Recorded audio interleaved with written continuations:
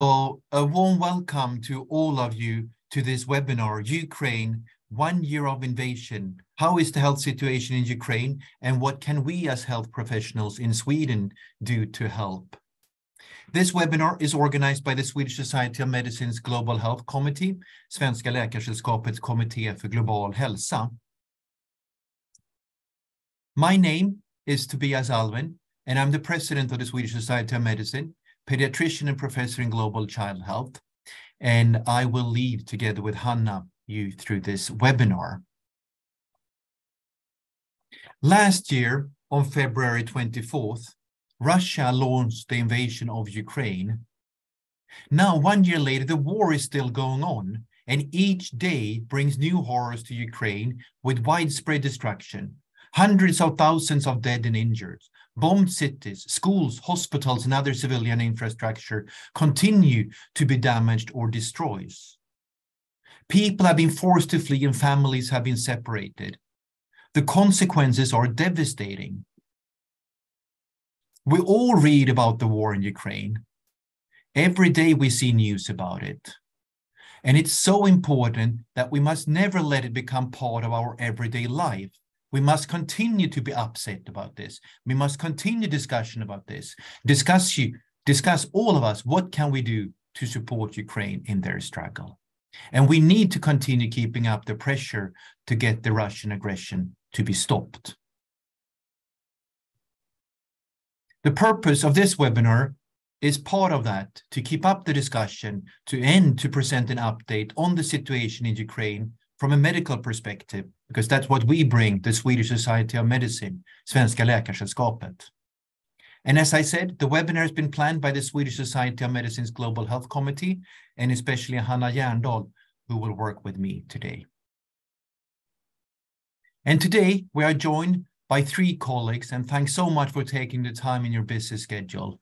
First, we will hear from Natalie Pidmurniak, President of the Ukrainian Medical Students Association, IMFSA, who will give us a brief what the current situation is like from a healthcare perspective in Ukraine. Next, we will listen to Professor Olesya Hulchiy, Vice Principal for International Collaboration, Shepuk National Healthcare University of Ukraine in Kiev. And she will give us a report of the situation and tell us about her work organizing resources for Ukrainian healthcare. Finally, but not least, the perspective will be given by Viktor Rutkovsky, medical doctor at Karolinska Institutet and one of the founders of the volunteer movement Razum. And you will share your experiences and what you think about if you want to get involved as a doctor or healthcare professional to support Ukraine. And we will start with these 3 presentations, and then afterwards we will have a possibility for questions and discussions. And please write in the Q&A during the presentations once you get a question, and we will follow up with them. And then at 12:45, we will finish this webinar. Again, a warm welcome to all of you. And now over to our first panelist. Welcome, Natalie Pidmurniak, President of the Ukrainian Medical Students Association.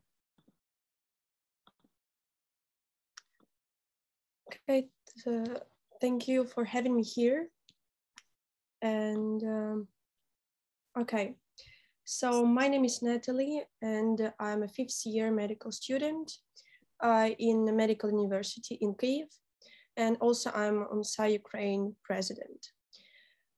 So it's been a year since the Russian invasion in my country, and the information that I will provide you next was collected by the 5 independent authorities that were collected since the beginning of the war till the December 2022. So it's been 707 attacks on the healthcare facilities, which is 292 on hospitals, 64 on ambulances, 181 on other medical facilities such as blood centers, dentistries, and what is important, 106 victims of our colleagues, medical workers, doctors that were during their duties when they were killed by Russian missiles. What is important to understand also that many hospitals were hit multiple times, and this information gives us clear understanding that they were targeted by Russian missiles. It wasn't a mistake. And most of the hospitals had the international recognition signs on their roof. Most of them had Red Cross signs. But unfortunately, as you can see, one of the hospitals that had this sign on the roof and it didn't help for protection and still was destroyed. Now you can see the photos during the missile attack. One of the biggest problems were when we had total power cuts. And now you can see the cardiosurgery department. Doctors were performing operation on baby's heart during the total power cut, just with lights and what they had. In total estimation, we need to rebuild our healthcare system. We need $15.1 billion. That's a lot, but from perspective of Ukrainian students and how we are studying now, we studied at the bomb shelters. We had total power cuts. We needed to prepare for our lessons, for our working days, just using candles because we had no other choices. We were passing our exams at the bomb shelters or at the metro stations underground. We also had our classes, the 0th floor, at our hospitals, and we all understand that it's not what we have as a medical student go through.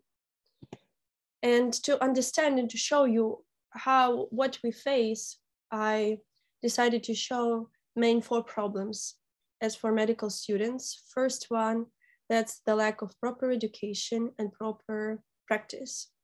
Unfortunately, due to missile attacks that are already mentioned that are targeted the hospitals, for universities, it's not easy to let students go to the hospitals and to have normal practice. That's why we have just online classes. And we all know that for future medical workers, it's impossible to be normal doctors without seeing patients. Second, it's total confusion. For me as a medical student, I need to know which specialty I want to work with. But due to the lack of practice, I still have just theoretical part of education. I can see normal patients. I can understand what and how theoretical knowledge I can use in this or that situation. The third part is lack of communication between students, especially on the east of the country. Many medical students were totally destroyed, and now students from there are spread all over the country and the world, and they can see each other. They haven't ever even met each other before, because all we know, firstly, it was COVID, now it's war, and we don't know each other, even if we are students at one university. And the hardest part, imagine when your plans to work as a medical worker, as a doctor in Ukraine, you're preparing yourself, you're looking for a job there. You know that you want to be a doctor in your homeland, and then in 1 second, these plans are changed and you just were picked and thrown away just to almost another environment. Our students, they forced to leave the country and they're forced to look for other opportunities to study. They studied and they had to think of so many problems. They faced a language barrier, they faced bureaucracy work, they faced mental health issues because they were alone there without any connections. We all know that studying in medical university is a very hard job. Plus, you have to face so many daily issues. where to eat, where to live, where to buy clothes, where to learn the language. And you have no friends there. Your parents stayed in Ukraine. And among all of this, you still have to think of medical education. So that's the hardest problem for us. And for me, as a medical student who stayed in Ukraine, I know that lots of super smart students now left the country, and maybe they're gonna stay at that country, and we now have lack of smart students because they left our country. Me, as a president of Ukrainian Medical Students Association, before the war, we've been providing lots of opportunities for our students. We've been providing medical exchanges, and we also were accepting foreigner students in our hospitals. For example, now we can do this, and now because of that, we have a huge lack of resources, but still we're working internally and externally. Internally, we are providing BLS courses for citizens. Now you can see the photo, which we were lucky because at that time, the photographer for the New York Times was there, and we were providing at the bar for simple civilians basic life support courses. For all of these, we are supporting our medical workers who are working on the front line, and also we're talking with the Red Cross that are stayed in Ukraine. They teaching us how to manage bleeding, and with all this knowledge we are sharing with civilians and other students. Also, we are working externally. A few days ago, I returned from the Tallinn, Estonia, where we had our General Assembly. I had an opportunity to talk about what's going on in Ukraine, how we as medical students suffer, and how other medical students from all around the world can help us. It was in Tallinn, and also it was in August in Turkey, and it was in Portugal in April year ago. And it's super important for us to not to stay silent and to share what we're facing and to call for help, because medical student is not the place where you can be prepared for such events, how you can fundraising for your organization, because we don't have money. All these trips we are paying from our own money or our parents, and we can't ask for our organization for help because we know that we need money for our students, for help them to raise their own projects, because despite of the war, we still want to protect and to give opportunity to our students to understand that they are not alone. And if they want to be a medical students and they want to be future doctors, they can try something. They can make lectures, they can organize some events. So at least in this time when they have lack of practice, lack of network, we can provide them. So how you can help? Firstly, of course, the common fundraising platform where you can find everything that you need. And also, if you want to contact me later to know what we as medical students need, you can contact me with the contact that I left, Instagram or WhatsApp or my mail. You can text me and I can provide you the whole list of information, what we need and what kind of support we also are seeking of. Thank you. I think, yeah. Thank you so much, Natalie, for sharing your experiences. And it's just unbelievable. It's not the normal med school that you're through. And it's just unbelievable to see that you managed to keep up your good and important work in the circumstances you live under. And we have already seen a colleague from the UK who would like to get in touch with you regarding continued collaboration. And we follow up with questions and answers. But just thank you so much for your presentation and all the important work that you do. And I'm very, very impressed. And with that, I would like to hand over to our next speaker, who is Professor Olesya Hulchiy, the Vice Principal for International Collaboration at Chupik National Healthcare University of Ukraine. Welcome, Olesya.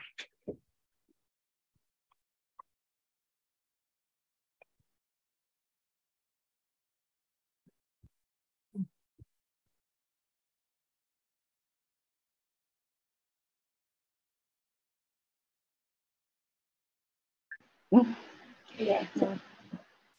Thank you, Mr. President, for your kind introduction and also for organizing this webinar. I remember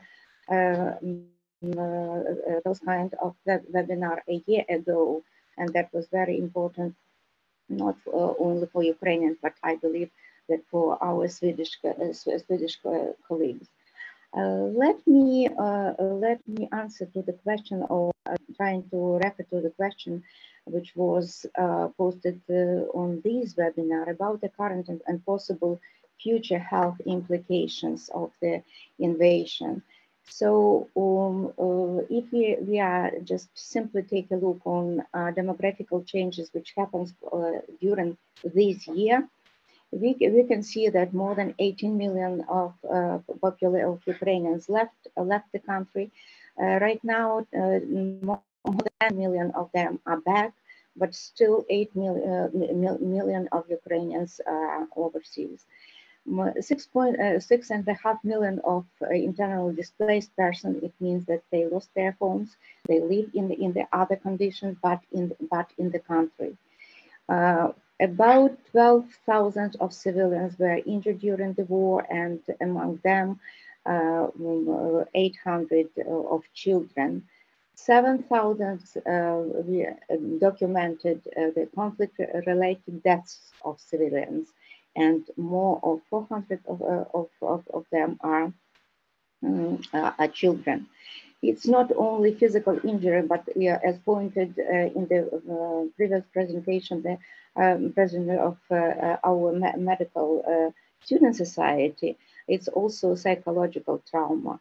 And we will face these challenges not only during this period, but long time in the future. 10 million of Ukrainians are now at risk of mental disorders. As we can see from our documents,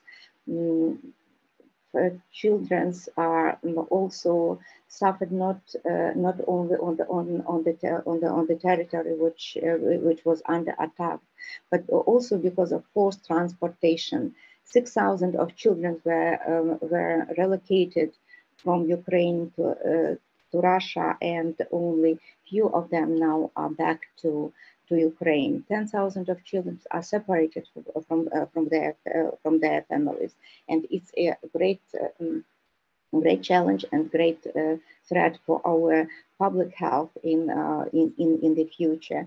Every war is a war against children. It was declared 100 years ago, but it's still the truth right now.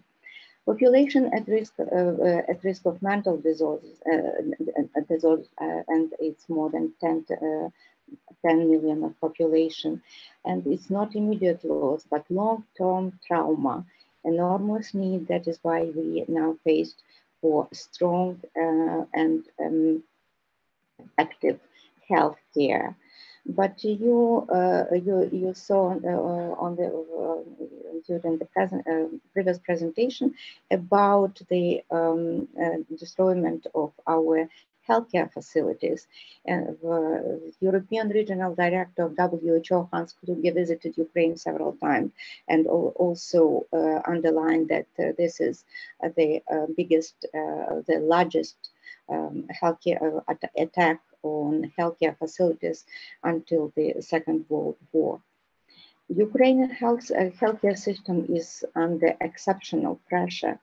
Its increasing number of patients, its destroyment of healthcare facilities, and 100 of them, more than 100 of them, were destroyed without, totally destroyed without any possibility to be rebuilt. Also on the territory which was released by our army, like Kherson, the healthcare facilities, medical hospitals, delivery hospitals, even if their building is still in the place, it doesn't mean that this facility can work, because occupants taken off all the equipment and even windows and furniture. from the hospitals. Displacement of healthcare workers also is, and shortage of healthcare workers is also a problem. Shortage of essential supplies, including oxygen. And you see in the photo, it's a real photo from our Institute of Heart. This is one of the central clinical institutions in Kiev. And you see the operation on the children, on the kid heart. And the surgeons use only their headlamps and some flashes or power banks. It's a real situation how our medical staff works under these circumstances. A shortage of critical medications for population, and it means that patients with chronic cardiac diseases, that patients with diabetes, and the patients with cancer diseases are now suffering because of shortage of medicines. But even in these very difficult conditions, our medical staff and our healthcare system works effectively, and more than 90% of wounded soldiers are back to the army.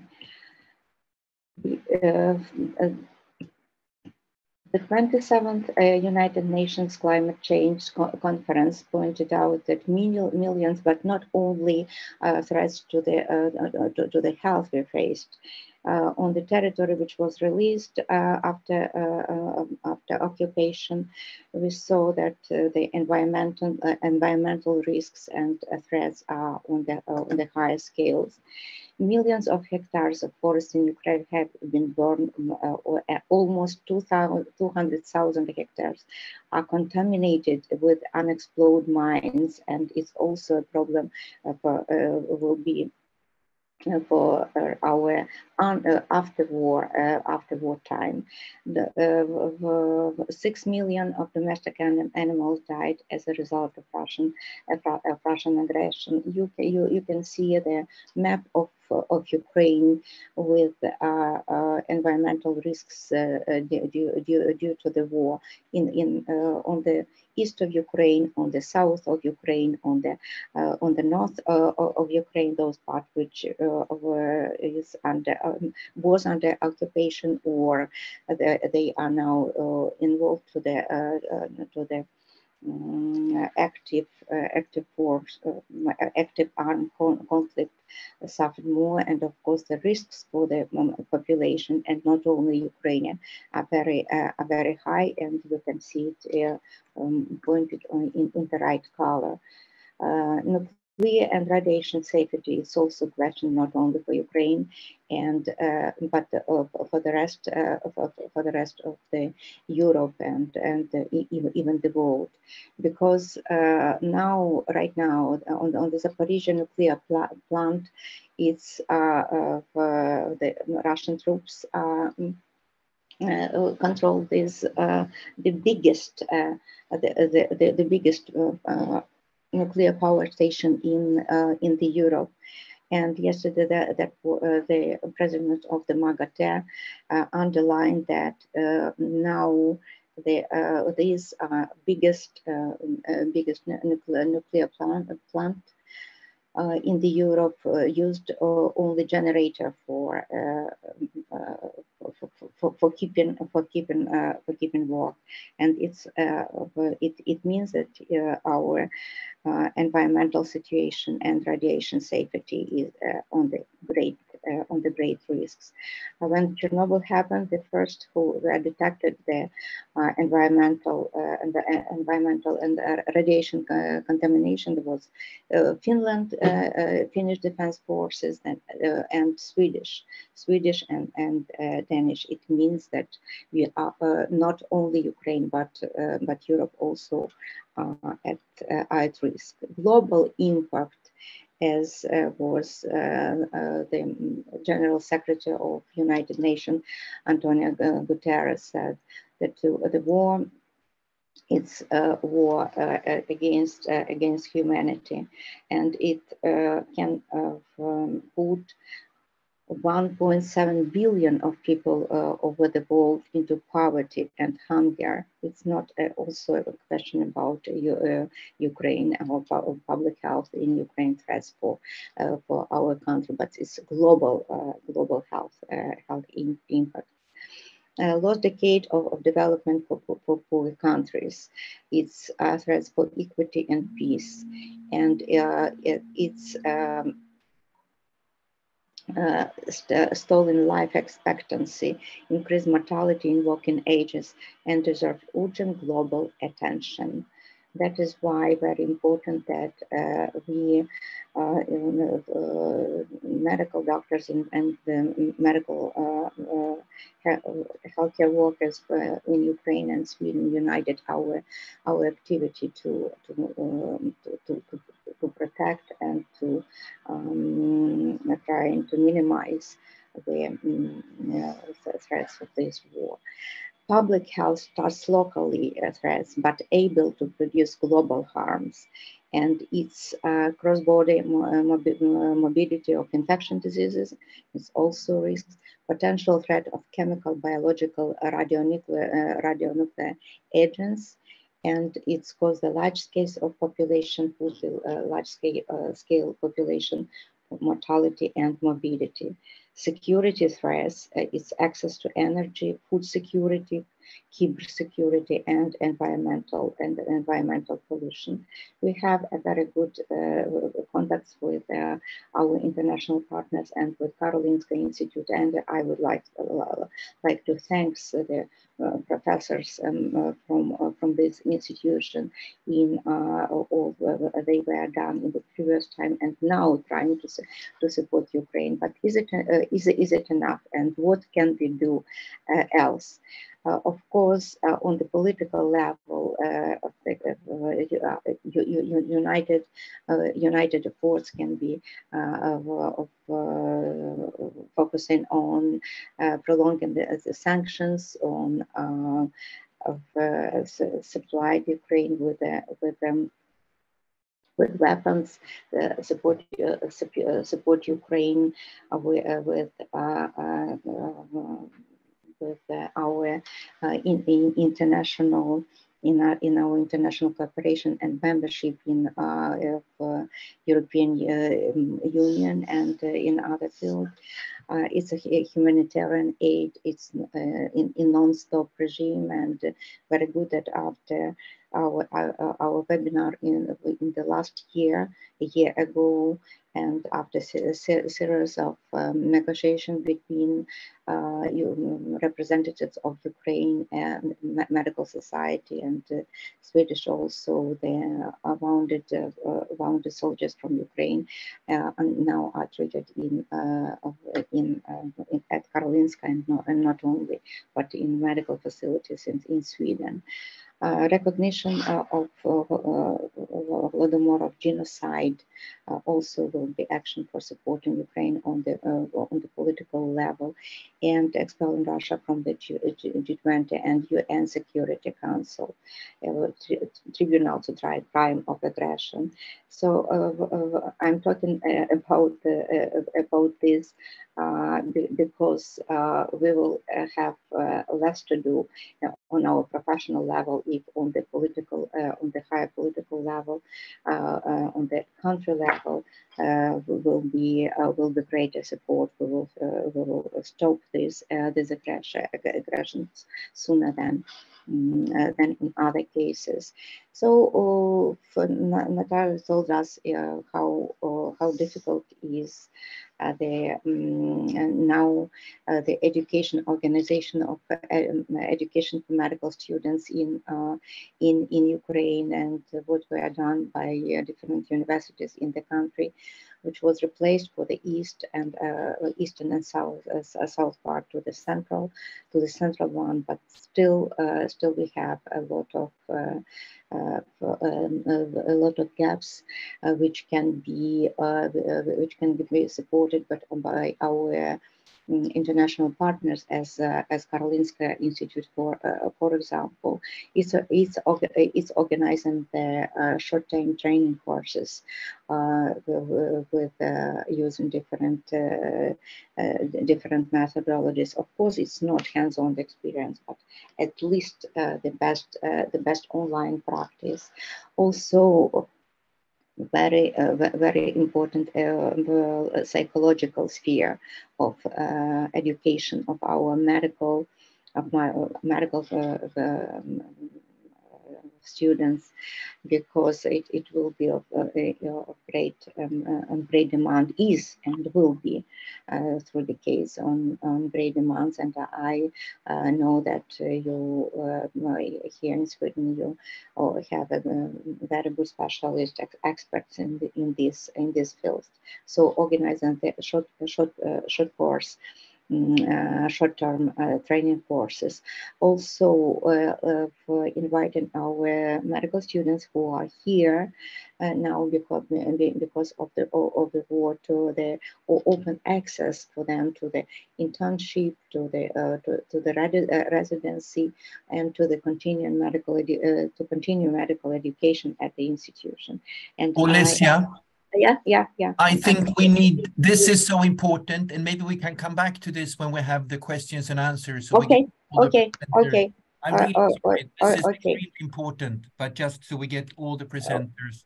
Okay. So I will wait for a question in this case.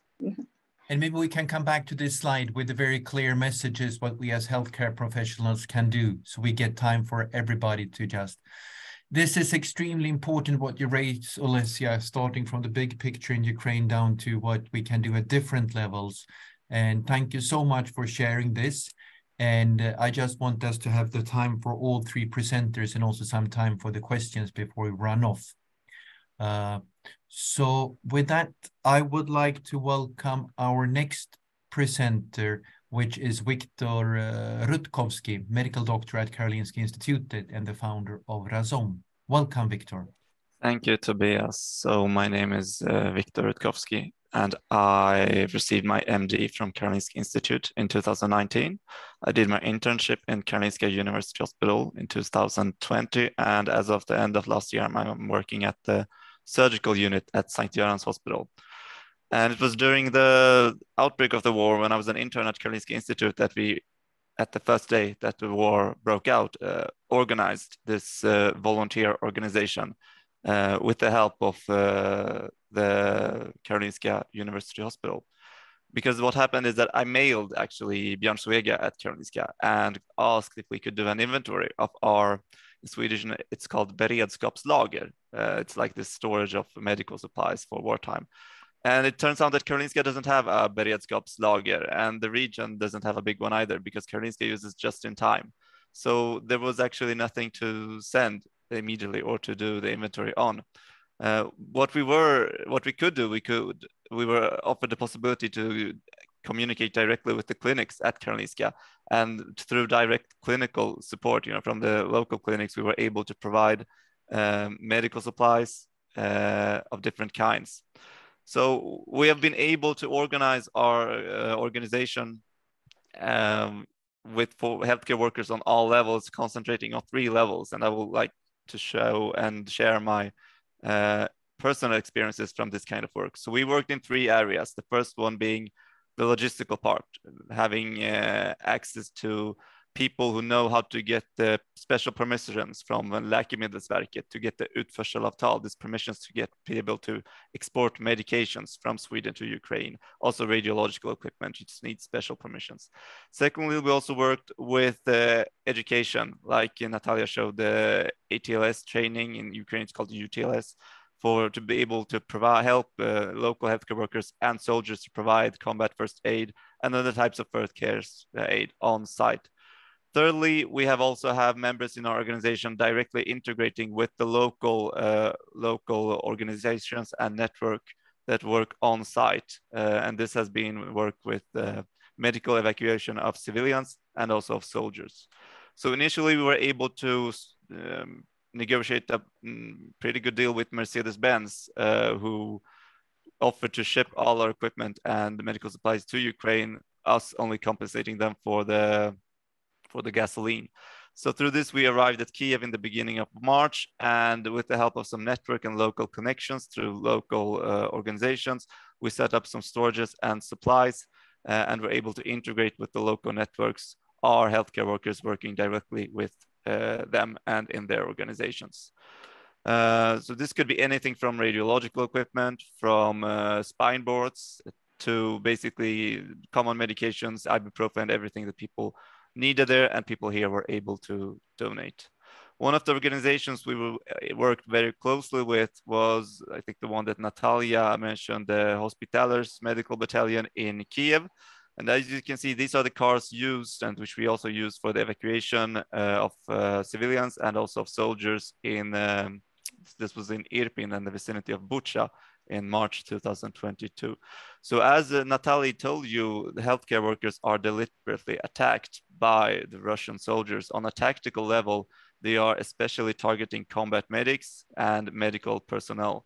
So for this very reason, the cars on this picture and all the cars and medivacs used in Ukraine are not marked with the red cross, because if you put a red cross on your building or on your car, it will deliberately be targeted by the Russians. And the casualty rates among combat medics and medical personnel helping in the evacuation of civilians and soldiers is disastrous. I think it's like 70 or 80% when I was there.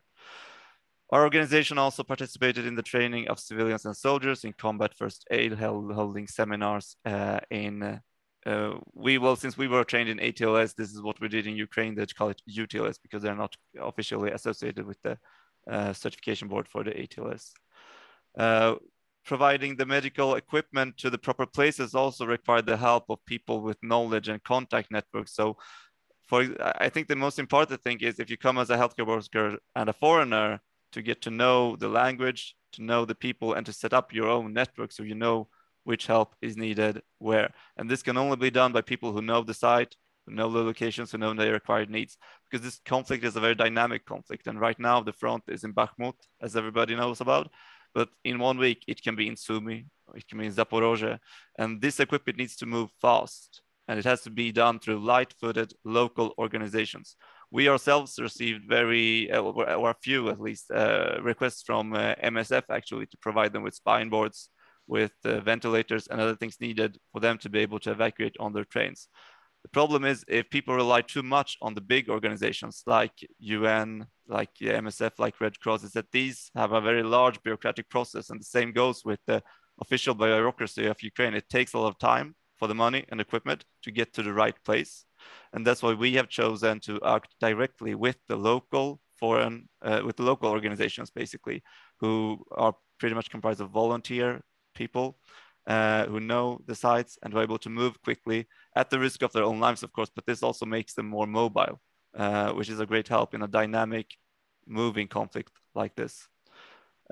This is one of the hospitals in the vicinity of Bucha, where we were provided and set up a medical resuscitation station, which basically looks like this. So if you come as a foreigner, you will be put and want to work with the evacuation and initial resuscitation of soldiers and civilians. You will be working in this basically first aid kind of settings with some basic supplies. It's basically the typical catastrophe medicine settings. As you can see, the windows on the left have to be covered with folio as to not emit any light, because this place was, as every other medical facility, targeted deliberately with rockets and grenades.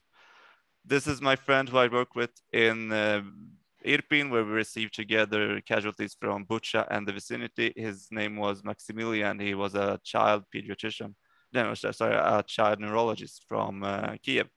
He was learning German to be able to work in Germany, and he had started to volunteer in these organizations to be able to basically help as much as he can. Medical personnel in Ukraine are eligible for draft, and a lot of them are being sent to the front. They have the opportunity to either be mobilized and drafted directly or to engage voluntarily in one of the medical battalions.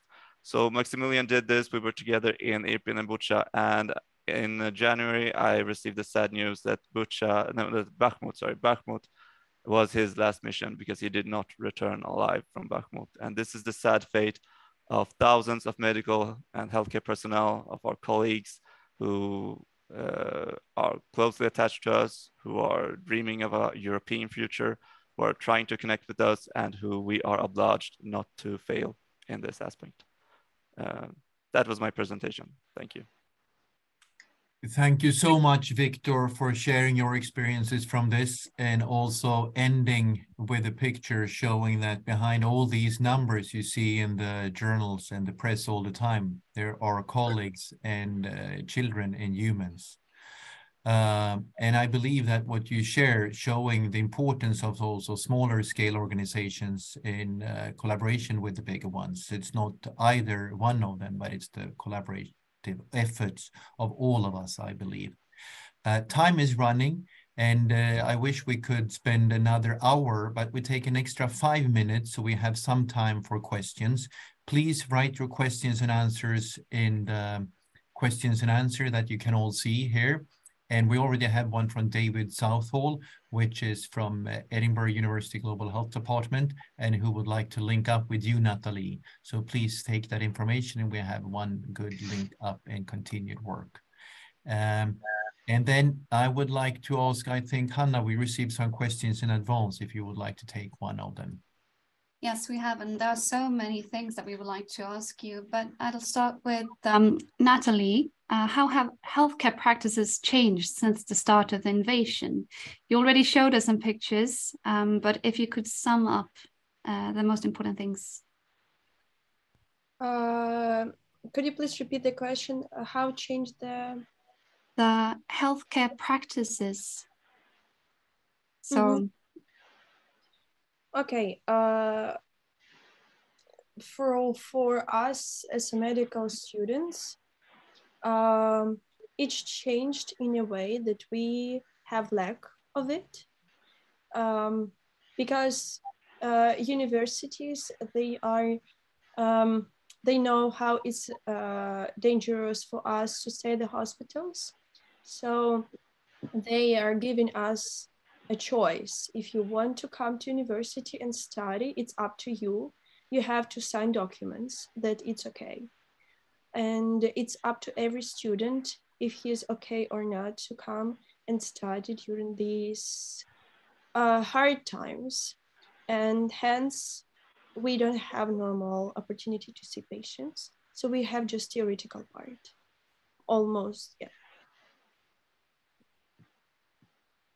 Thanks for that, Natalie. Olesya, would you like to continue on the question, healthcare practices in Ukraine? Yes. So the healthcare practice changed dramatically because it's not simply access of healthcare workers to electricity, for example, and it's happened very often because of attack of Russians. So they need to use generators in their everyday works. They need to use power banks. So the needs of these equipment is still of great importance for the healthcare facilities. Also, the shortage of medications. Of course, the humanitarian aid is very important, but we have to, if any of members of your association can continue to support this, it will be very helpful. The third one, and I was impressed by Victor Rutkowski's presentations about the needs and about the cars which was sent a year ago to Ukraine. But we have to point it out together with Victor. I think that we still need, and our our military military doctors still needs those cars because they destroyed very quickly. And right now, for example, I know the PhD student from my university who is just in 20 kilometers from the front line in the east of Ukraine, and he is a surgeon, a PhD student, as I said, and he is now in a charge of the medical staff near front line. He asked me about the chance to find the ambulance for them. If not ambulance, and now it's not that critical, at least the valuable the car which can be used in these special conditions. So and also we need more training for our personnel in military medicine. Thanks a lot, Olesya. And now we have also received a comment from the president of Sofia Hemmet University, Johanna Adami.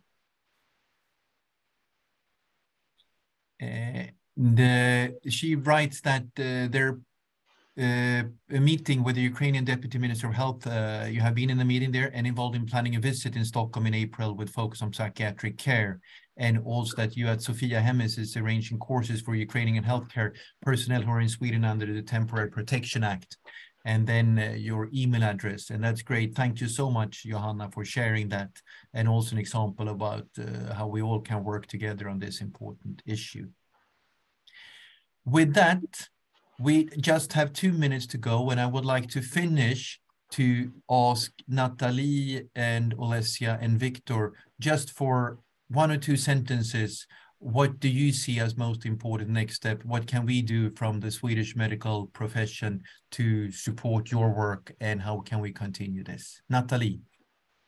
I think the best thing is to share information what's going on in Ukraine, because the war is still going on. To support Ukrainian students in all ways that you can. If you know medical students in your country, please support them. If you have resources to support us, please, I can share my contacts or already show.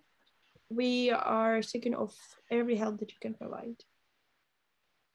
Thanks a lot, Natalie. We note all the issues. Olesya. I would like to switch from global needs to very particular. If we will be able now to find such a car for that military doctor, or collect some additional medication, will be great. And from the perspective of education, I would like to insist on the more openness for our Ukrainian medical students to continue education here in Sweden. The Erasmus residency programs with a few of them are very very short, very limited. Thanks, Olesya. Very concrete, car and medication to the front, and then also the continued education. Maybe that's a perfect segue over to you, Victor. Victor.